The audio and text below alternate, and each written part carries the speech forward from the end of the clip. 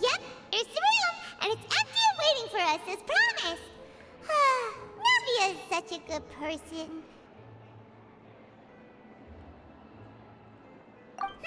Now that the serial disappearances case has been solved, no one's going to come after us for anything. Even without Silver standing guard, we can just completely relax. Why don't we stay and rest up here for a while?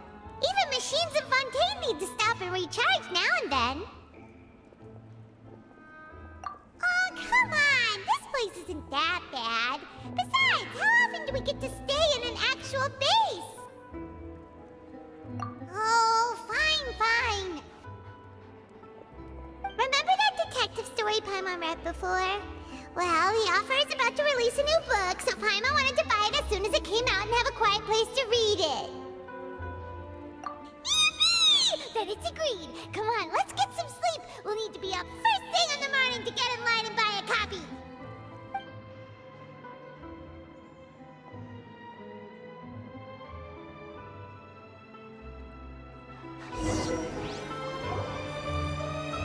Paimon didn't expect that style at all. Even though it's a detective novel, it's also like a social documentary. Whew. It's actually pretty good. No! Paimon just spends a bit more time sleeping than you, that's all. Excuse me, but do you know if the Traveler and Paimon are lodging here? Huh? Who are you? Paimon doesn't recall seeing you before.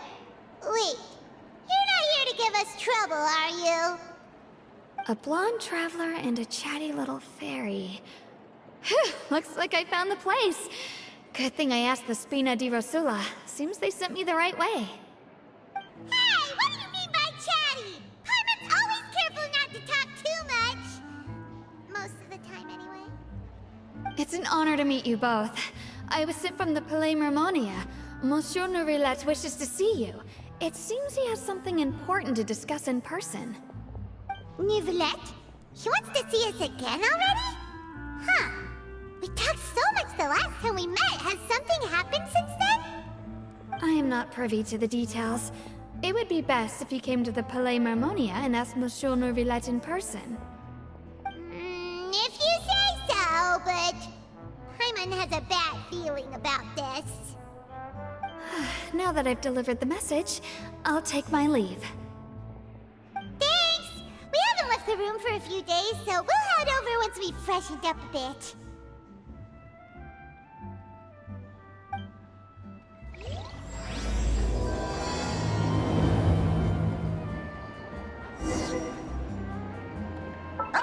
Once, there was a glorious kingdom.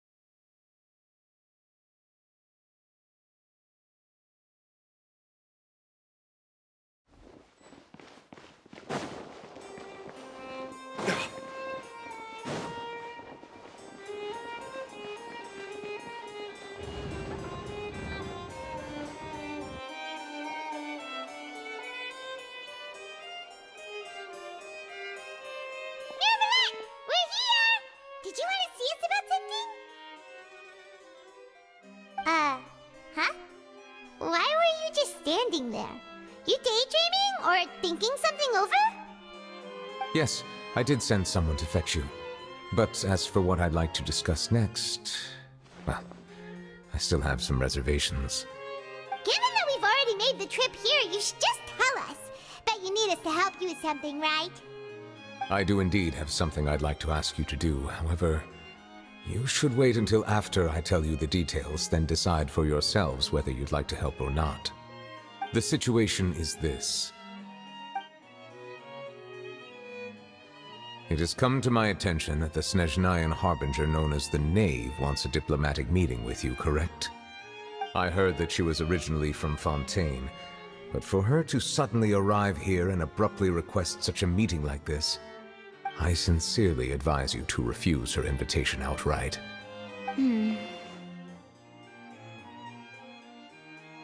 I'm sure you're aware that her purpose is most likely related to Child's recent predicament. We convicted one of the Snezhnayan Harbingers in a court of law, but we have yet to provide any form of detailed report on the matter. This does indeed provide an opportunity for Snezhnaya to put pressure on us. I believe we should adopt an evasive stance until we can provide a proper explanation and have a preliminary plan on how to deal with the matter. No, we shouldn't.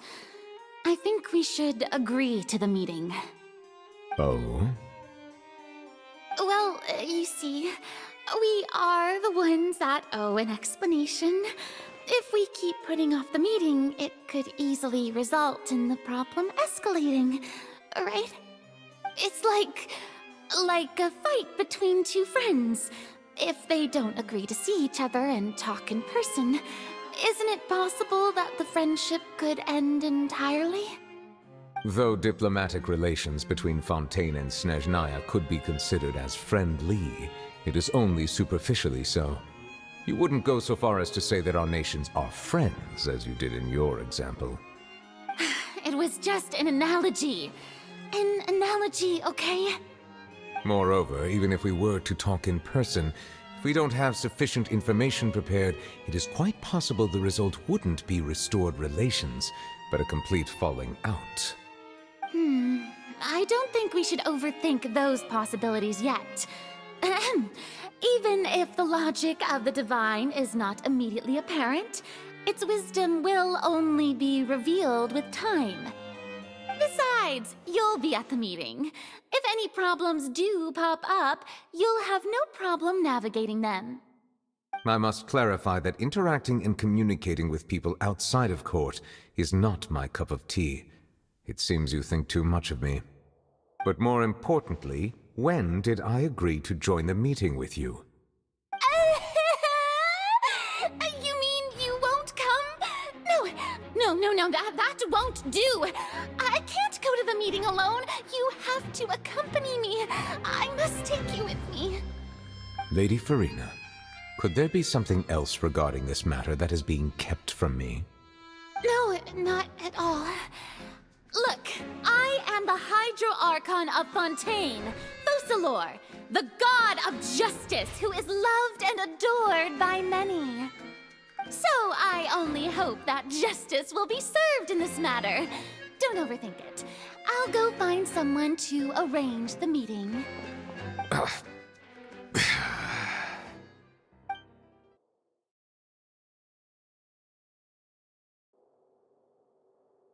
Though it could officially be considered a diplomatic conference, I prefer to see our meeting today as an ordinary tea party. I assume you see it the same way, Miss Farina?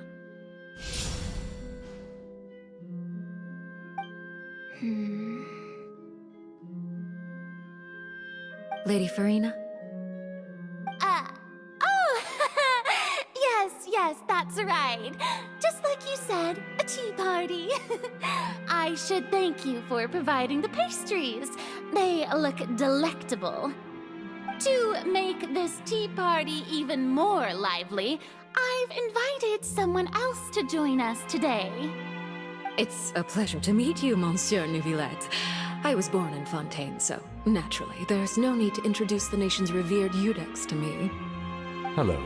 The pleasure is also mine. First, I would like to thank the two of you. I'm often away on business outside of Fontaine, and I'm told that the children of the House of the Hearth have been well taken care of by you. Oh, I'm not referring to when my children, Linny and Lynette, were falsely accused by you. Please don't misunderstand. The children of the House of the Hearth are often misunderstood, perhaps due to the reputation of the Fatui. There's no getting around that. All I meant to say is that Fontaine has been stable in recent years. The people are well off and the children lead happy, fulfilled lives. That is something truly worth cherishing, and no one wishes to disrupt such peace. Now then, you have come regarding the matter of child, correct? Well, yes. It appears the ever-busy Judex Nuvillette doesn't wish to waste time with diplomatic pleasantries, and hopes that we can get straight to the point of our talk. Yes, as you surmised, understanding child's situation is indeed one of the goals of this trip. As we are both diplomats from Snezhnaya, as well as Fatui Harbingers, Child and I have always been colleagues. Were anything to happen in Fontaine, each of us would serve as the other's attorney to resolve the issue. So now, in my capacity as his attorney, I request that Child be turned over to Snezhnaya. We have a responsibility to cooperate with Fontaine and resolve what has happened to him together. The rules governing attorneys only apply before a trial has concluded. Since a verdict has already been rendered, we see the case as settled. I apologize for being unable to grant your request. An outright refusal. Very well. I respect all the rules of Fontaine's courts, just as I respect you as Chief Justice. Okay, why don't we back up a step? You don't need to transfer Child to us. I only request to enter the fortress of Meripede to see Child and confirm his condition. It's not like you couldn't even manage to fulfill a simple request like that. Right, Miss Farina? About that. The fortress of Meripede has always been completely autonomous. Even we have no authority to interfere there, and diplomatic issues do not suffice as an excuse. However, if you absolutely must confirm the situation of the Harbinger, I have a proposal.